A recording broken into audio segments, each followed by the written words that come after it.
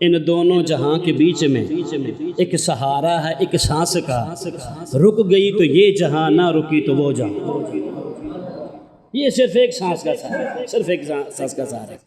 تو حضرات عظیمت الشان دو بہت واسطے ہمارے اندر، اور خدا کا واسطہ ہاتھ جوڑتا ہوں آپ کے سامنے، چھوڑ دیں ایک دوسرے کے کھینچا تانی، ٹانگیں کھینچنا۔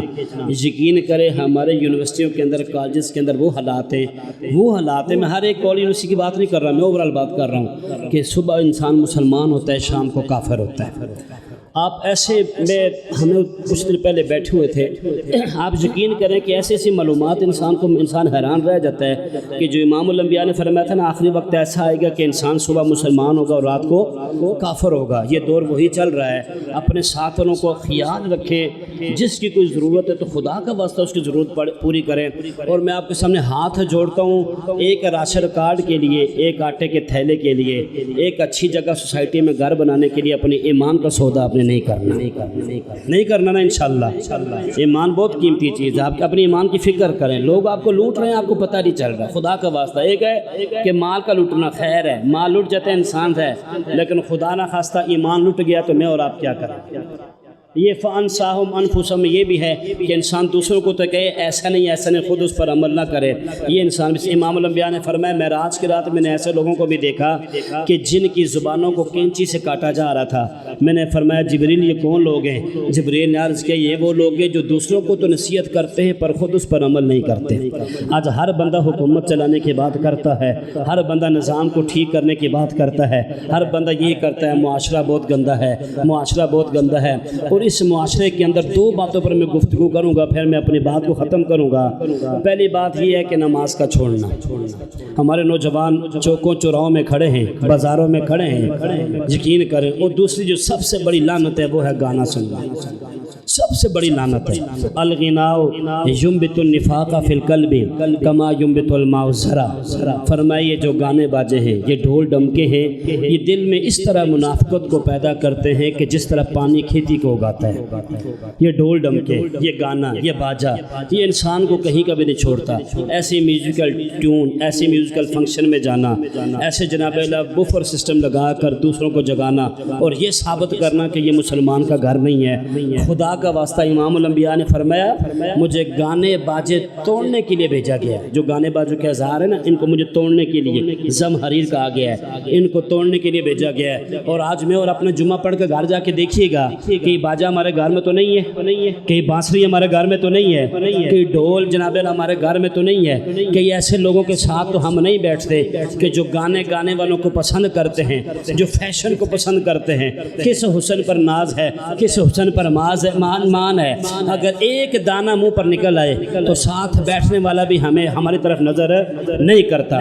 راوی حضرت ابو ہریرہ، راوی کون ہے؟ حضرت ابو ہریرہ۔ حضرت ابو ہریرہ رضی اللہ عنہ فرماتے ہیں کہ امام الانبیاء نے فرمایا میرے غلاموں ان قریب میری امت میں سے بعض لوگوں کو بندر اور خنزیر بنا دیا جائے گا۔ ذرا توجہ کیجئے گا، میری امت میں سے کچھ باتیں نا دوبارہ ریپیٹ کرنی پڑتی ہیں کہ آپ کو یاد ہو جائیں۔ ذرا میرے ساتھ ذرا رہیں آپ۔ حضرت ابو ہریرہ کہتے ہیں کہ سرکار نے فرمایا کہ میری امت میں سے بعض لوگوں کو بندر اور بعض لوگوں کو خنزیر بنا دیا جائے گا۔ آگے سے صحابہ بڑے پریشان تھے، صحابہ نے کہا جی کیا وہ کلمہ نہیں پڑھیں گے؟ میرے مصطفیٰ نے فرمایا نہیں، وہ کلمہ پڑھیں گے، وَيَصُومُونَ وہ روزے بھی رکھیں گے۔ 1400 سال پہلے اللہ کے نبی ہمارے حالات بیان کر رہے ہیں، ذرا غور کیجئے گا۔ اور میں نے اور آپ نے گریبان کے اندر جھانک کر بھی دیکھ رہا ہے کہ یہ حدیث کہیں ہم پر تو صادق نہیں آ رہی، کیا ہم اس میں انکلوڈ تو نہیں ہو رہے، یا ہم میں سے بچے ہوں تو پھر خدا کا شکر ادا کرنا چاہیے۔ ٹھیک ہے جی۔ حضرت ابو ہریرہ کہتے ہیں سرکار نے فرمایا نہیں، وَيَصُومُونَ وہ روزے بھی رکھیں گے، وَيُصَلُّونَ وہ نمازیں بھی پڑھیں گے، وَيَحُجُّونَ وہ حج بھی کریں گے۔ صحابہ کیسے ہم بڑے حیران ہو گئے، اللہ کے نبی پہلی امت قوم عاد نے کلمہ نہیں پڑھا، قوم سمود نے کلمہ نہیں پڑھا، قوم لوط نے کلمہ نہیں پڑھا، قوم نوح نے کلمہ نہیں پڑھا، تو ان کو عذاب آتش کا مزہ چکھایا گیا، آسمان پر ان پر عذاب آیا۔ اور پھر آج نوجوان یہ کہتے ہیں ینگ برنگے ناتخوانوں کو سن کر، داڑھی مونڈے کلین شیو کو، کہ کوئی بات نہیں، سرکار قبر میں آئیں گے سب کچھ حل ہو جائے گا۔ نہیں کوئی بات نہیں ہے، فکر کی بات نہیں ہے۔ او بھائی یہ دیکھو، نہیں ہم پر تو عذاب آ ہی نہیں سکتا۔ قرآن کہہ رہا ہے کہ محبوب جب تک آپ ان کے بیچ میں موجود ہیں میں ان کو عذاب نہیں دوں گا. ٹھیک ہے استفصالاً عذاب نہیں آ سکتا پر کسی ایک قبیلے پر تو عذاب آئے گا. جس کے گھر کے 5 افراد ہی نماز نہیں پڑھتے تو یہ عذاب نہیں تو پھر اور کیا ہے. جس کی اپنی جوان اولاد اس باپ کی بات نہیں مانتی, جس کی بیٹی باپ کے سامنے فیشن کرتی ہے, جس کی بیٹی باپ کے سامنے ٹک ٹاک پر ناچتی ہے, جو بھائی خود اپنے ساتھ جناب اللہ اپنی بہن کو رکھ کے اپنا جناب اللہ فیمس ہونے کے لیے ویورشپ حاصل کرنے کے لیے خود ہی اپنے آپ کو ٹک ٹاک پر چڑھاتا ہے, کیا اس کو دیوس نہیں کہیں گے؟ امام الانبیاء نے فرمایا دیوس جنت میں نہیں جائے گا. اللہ کے نبی دیوس کون ہے؟ فرمایا جس کو پتہ ہے کہ میری فیملی میں سے میرے خاندان میں سے یہ میری بچیاں میری بہنیں غلط کام کر رہی ہیں اور وہ ان کو روک نہیں سکتا تو ایسے بندے کو دیوس کہا جاتا ہے. خود اپنی بیوی کو تیار کر کے موٹر سائیکل پر بٹھا کر گھمانے والوں, خود ایسے غلط فنکشن میں اپنی بیوی اپنے بہنوں کو لے کے جانے والوں, کل خدا اور اس کے رسول کو کیا منہ دکھاؤ گے؟ خود اپنے گھر کے اندر فنکشن کرنے والوں, اپنی مہندی کے اندر غیروں کو بلانے والوں, اپنے گھر کے اندر شادی کے اندر گانے باجے پر ڈھول ڈمکے پر جناب والا ناچنے والوں, اپنی دادی ماں کو بھی چارپائی سے اٹھا کر اپنے ساتھ کہتے جی کوئی بات نہیں خیر ہے زندگی 4 دن کی ہے, زندگی 4 دن کی ہے. بڑے بڑے بادشاہوں کے حالات پڑھ کر دیکھیں وہ بھی کہتے تھے کاش ہم ایک ادنا سے غلام ہوتے, بکریاں چراتے, ہم سے کوئی حساب کتاب نہ ہوتا. جتنی آسائشیں انسان کی زندگی میں ہوتی ہیں انسان اتنا ہی آگے میں تنگ ہو جائے گا, اس کو حساب دینا اتنا ہی مشکل ہو جائے گا. اب یہ 2 چیزیں ہمارے گھر کے اندر پائی جا رہی ہیں, ایک بے نمازی, نماز کی کوئی فکر نہیں, اور بتایا تھا میں نے آپ کو اس پر پورا بیان کیا تھا. سب سے پہلے جو سوال ہوگا وہ کس کا ہوگا؟ ہاں محفل پہ گئے نہیں گئے, پیر صاحب کی بارگاہ میں گئے نہیں گئے کوئی بات نہیں, لیکن نماز کا پہلے پوچھا جائے گا. جا کے میلے پہ اپنے جناب والا ڈانس کیا میں کیا کہوں, یہ کہوں گا جا کے آپ نے جو مرضی کیا یہ نہیں پوچھا جائے گا, لیکن سب سے پہلے جو پوچھا جائے گا وہ نماز کا پوچھا جائے گا.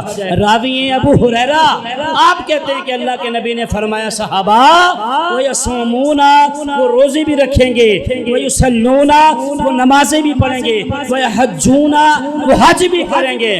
صحابہ کہتے ہیں ہم اور پریشان ہو گئے, ہم لمحہ فکریہ میں اور پڑھ گئے کہ یہ کیسے ہو سکتا ہے کہ ایک انسان کلمہ بھی پڑھے, نمازیں بھی پڑھے, حج بھی کرے, زکوٰۃ بھی دے, روزے بھی رکھے, غریبوں کی مفہوم ہے غریبوں کی بھی مدد کرے, سارے نیک کام کرنے کے بعد وہ بندر اور خنزیر کیسے بن سکتا ہے؟ امام الانبیاء کے غلاموں جاگو, اور یہی وقت جاگنے کا ہے. اگر آج نہیں جاگے تو کل پچھتائیں, کوئی فائدہ نہیں ہے. فرعون نے ڈوبتے ہوئے کہا تھا میں توبہ کرنا چاہتا ہوں, شداد نے کہا تھا مجھے ایک اور موقع مل جائے, نمرود نے بھی کہا تھا کہ اے ابراہیم تیرے رب تجھ سے بڑا پیار کرتا ہے, لیکن کوئی فائدہ نہیں ہوا. ابھی وقت ہے ہمارے پاس, آج ہی گھر جا کر آج ہی جتنے بھی آلات موسیقی ہیں سب توڑ کر اللہ کو بھی راضی کرو, اللہ کے رسول کو بھی راضی کرو. امام الانبیاء نے فرمایا غلاموں ہاں وہ حج بھی کریں گے, روزے بھی رکھیں گے, زکوٰۃ بھی, سارے نیک کام کریں گے, لیکن کیا کریں گے؟ وہ گانے سنیں گے. اللہ اکبر کبیرہ. او نوجوانوں اس کے اندر سکون نہیں ہے. الا بذکر اللہ تطمئن القلوب, قلوب کی جو راحت ہے سکون ہے دلوں کا وہ کس میں؟ اللہ کے, اونچی آواز سے بولیں کس کے؟ اللہ کے ذکر میں ہے, نہ کہ گانوں باجوں میں ہے. گانوں باجوں میں نہیں ہے. فرمایا ان کو بندر اور خنزیر بنا دیا جائے گا, اور بندر اور خنزیر اس وجہ سے بنا دیا جائے گا وہ گانے والوں کے پاس بیٹھیں گے. نضر بن حارث کی مثال دی تھی میں نے, یہ ایسا بندہ تھا جو گانے والی خوبصورت عورتوں کو لڑکیوں کو اپنے پاس بلاتا تھا, اور جو بھی دین کی طرف جانا چاہتا تھا اس کو اپنے پاس لے آتا تھا کہ تم نے کیا کرنا ہے دین میں جا کر, آؤ ذرا یہ 4 دن کی چاندنی ہے پھر اندھیری رات ہے, کیا پتا ہمارے ساتھ کیا ہوگا, ہم ایسا کریں یاشی مار لیں. یاشی نہیں مارنی. یہ نضر بن حارث نے یہ سارا کچھ کیا تھا. وہ گانے والوں کو ساتھ بٹھاتا تھا, گانے والی کو خوبصورت لڑکیوں کا انتخاب کرتا تھا, خوبصورت آواز والیوں کو بٹھا کر لوگوں کو گمراہ کرتا تھا. تو قرآن نے بھی کہا تھا یہ کیسا بدبخت انسان ہے, کہیں ہم ان میں شامل تو نہیں ہو رہے کہ ہم گانے تو نہیں سنتے. اور پھر معاذ اللہ ثم معاذ اللہ, اور موسیقی کو روح کی غذا کہنے والوں کیا تمہیں خوف خدا نہیں ہے کہ رب اور رب مصطفیٰ کو منہ دکھانا ہے تم نے؟ اور تم کہتے ہو گانا سننے سے دل کو سکون ملتا ہے, گانا سننے سے دل کو چین ملتا ہے. اللہ کی عزت کی قسم گانا سننے سے دل کو سکون نہیں ملتا. کہ امام الانبیاء نے فرمایا الغناء ينبت النفاق في القلب كما ينبت الماء الزرع. فرمایا یہ گانا, یہ ڈھول ڈمکے, یہ باجا یہ دل میں منافقت کو اس طرح پیدا کرتا ہے کہ جس طرح پانی کھیتی کو. پانی کھیتی کو اتنی تیزی سے اگاتا ہے نا، یہ دل کے اندر اسی طرح گانا منافقت کو پیدا کرتا ہے۔ اور پھر اگر یہ حدیث میں امام الانبیاء نے فرمایا ایک وقت ہوگا، آخری دن ہوگا، لوگ اچھا کھانا کھائیں گے، اچھا کھانا کھانے کے بعد لوگ جناب والا راتوں رات غرق کر دیے جائیں گے، ان کے جو مکان ہوں گے وہ زمین کے اندر دسا دیے جائیں گے۔ صحابہ نے عرض کیا اللہ کے نبی ان کے ساتھ ایسا کیوں ہوگا؟ فرمایا وہ سود کھائیں گے، وہ رشوتیں لیں گے، وہ موسیقی سنیں گے، وہ موسیقی سنیں گے، وہ موسیقی سنیں گے۔ اور خدا کا واسطہ آج کل تو بوڑھے بھی جناب والا ٹک ٹاک میں مصروف ہیں، وہ ٹک ٹاک دیکھنے میں مصروف ہیں، نوجوان ہے تو وہ بھی اسی میں مصروف ہے۔ وَتُكَلِّمُنَا أَيْدِيهِمْ تمہارے ہاتھ کلام کریں گے، آخرت میں زبان تو کف لسان ہو جائے گا، زبان کو بند کر دیا جائے گا۔ لیکن امام الانبیاء نے فرمایا میری امت میں سے انہی لوگوں کو بندر اور خنزیر بنا دیا جائے گا۔ امام الانبیاء کے غلاموں، آج آپ نے غور کرنا ہے، ہم نمازیں بھی پڑھتے ہیں، ہم صدقہ و خیرات بھی کرنے والے ہیں، ہم دوسروں کے ساتھ بھلائی بھی کرنے والے ہیں، اپنے رشتہ داروں کے ساتھ صلہ رحمی بھی کرنے والے ہیں، لیکن کوئی بھی ایسا مسلمان نہیں ہے جو گانا نہ سنتا ہو۔ پھر گانے کے اندر ایسے کفریہ کلمات، معاذ اللہ نقل کفر نباشد، ایسے کفریہ کلمات کے انسان سننے سے کافر ہو جاتے ہیں۔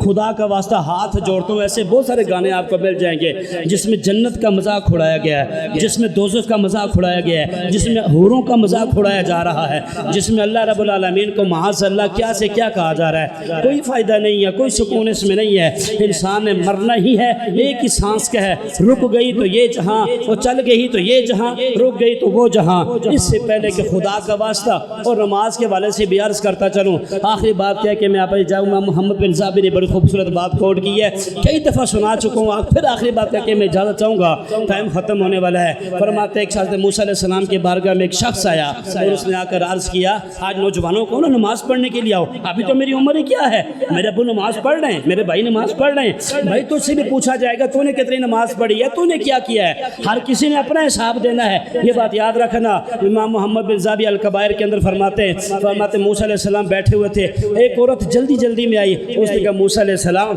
میرا شوہر باہر گیا ہوا تھا، مجھ سے بدکاری ہوئی، زنا کیا، ایک بچہ پیدا ہوا، اس بچے کو میں نے قتل کر دیا۔ موسیٰ علیہ السلام جوش میں آئے کیونکہ آپ جناب والا اللہ کلیم اللہ تھے، اللہ سے کلام کرنے والے تھے۔ موسیٰ علیہ السلام نے فرمایا نکل جا میری بارگاہ سے، کہیں تیری وجہ سے آسمان پر وہ کوئی بات نہیں، میرا 500 تو گم ہو گیا، ساری رات مجھے نیند نہیں آئی، صبح میں نے کون سی آئٹم بیچنی ہے، میں نے دودھ میں کتنا پانی ڈالنا ہے، ترازو میں کیسی کمی پیشی کرنی ہے، میں نے تجارت میں کتنا فائدہ اٹھانا ہے، بیک والوں سے میں نے سود کیسے اٹھانا ہے، یہ تو فکر ہے۔ پر نماز چھوٹ گئی کوئی بات نہیں، اپنے وقت پر کالج تو پہنچنا ہے، یونیورسٹی کے اندر پہنچنا ہے۔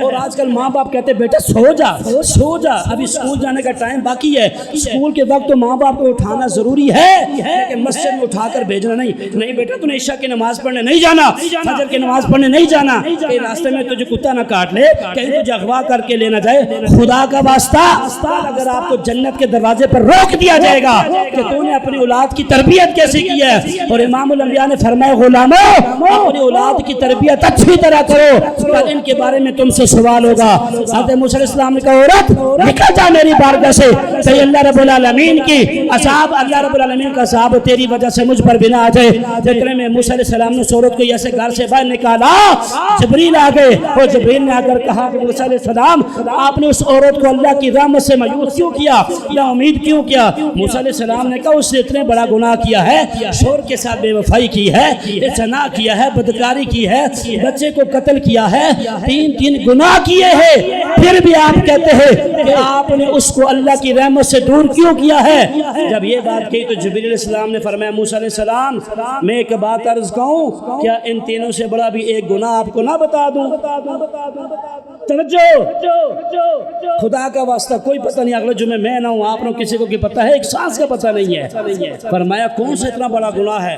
کہا جو بندہ جان بوجھ کے ایک نماز چھوڑتا ہے، ان سب سے بڑا گناہ یہی ہے۔ نماز نہیں چھوڑنی، آپ نے نیت کریں کہ انشاءاللہ آج کے بعد ہماری کوئی نماز قضا نہیں، ہاتھ اٹھا کر نیت کریں کہ آج کے بعد ہماری کوئی نماز ہے۔